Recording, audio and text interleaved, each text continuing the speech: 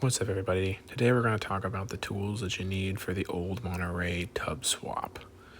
This is not a comprehensive list, and even within this list, the tools that you're going to be using, there are variants, different styles, and this is more of an overview of the entire project and the standard tools that you'll probably want when you're doing this kind of work. Getting started off on the far left there, you're going to see two different types of pry bars and a hammer. That's going to be used to remove the tile from around the edges of the tub. And by far and away, that's the best way to get the project started. You're going to need a 5-gallon bucket in addition to that to haul all the tile out of the building. Next to that is a jab saw. You're going to use a jab saw for cutting away all of the rotted out, molded out old drywall. And honestly, with any kind of cutting the new holes for the new valves, that kind of equipment and stuff, you're going to be using it for that work as well. Now, I've added a rock chisel and a regular chisel in there.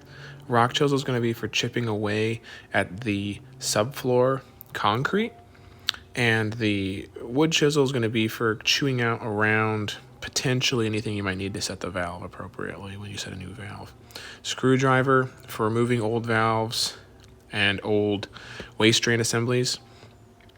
Needle nose pliers. Now you're going to want a straight needle nose pliers to insert into the drain for the new drain that's going in, and potentially to unscrew the old drain that's coming out.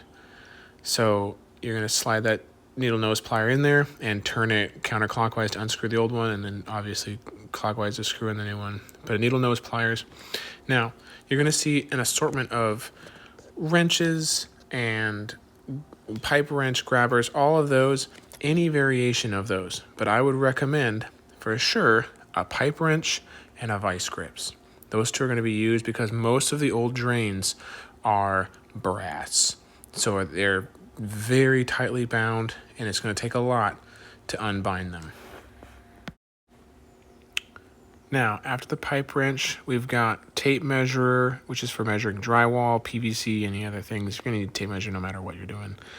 The two saws you see there are a hacksaw and a coping saw. Now, the hacksaw is used for cutting the PVC pipe, the new stuff, down to size so that you can install it if you need to install it where you do. The coping saw, which is the thinner one on the left, is actually used for cutting drains in very hard to reach spaces. I've used this on a number of occasions, and it will go most places even an oscillator will not go. So keeping a coping saw on hand is a must.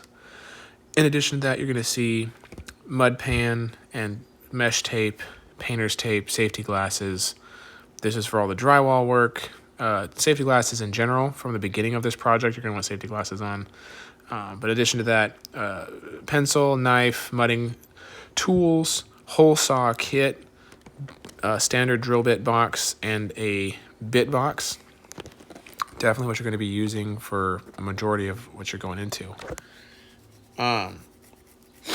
Then on the power tool side, you're going to be using a large power drill, an oscillator, grinder, sawzall, skill saw, and impact, along with lights, because most of the lights in there are bad. And if you can grab it, a fan.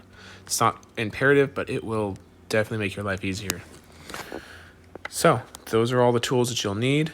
The grinder and the sawzall are used for getting the tub out. You use the sawzall to cut the tub in half. Use the grinder to cut a small square around the drain if you can't get the drain out. This allows you to remove most of the tub and leave just the drain assembly that you can then work on with your pipe wrench and your other grabbing tools. Skill saws for cutting down 2x4 blocking where needed, and the hole saws for cutting the new holes through the surround for the tub. Impact and the drill are for drilling new holes through the tub frame and for just making screwing things in faster and easier. Other than that, that's all you really need to know how to do. Like I said, if there's anything as you go through this project, you're going to find that tools that you personally use that are better for you, then that's totally okay. But this just gives you a starting space. And as you get into the project, you're definitely going to figure out things that work better for you than what's here. But that's it for now. I'll see you guys in the next one. Thanks.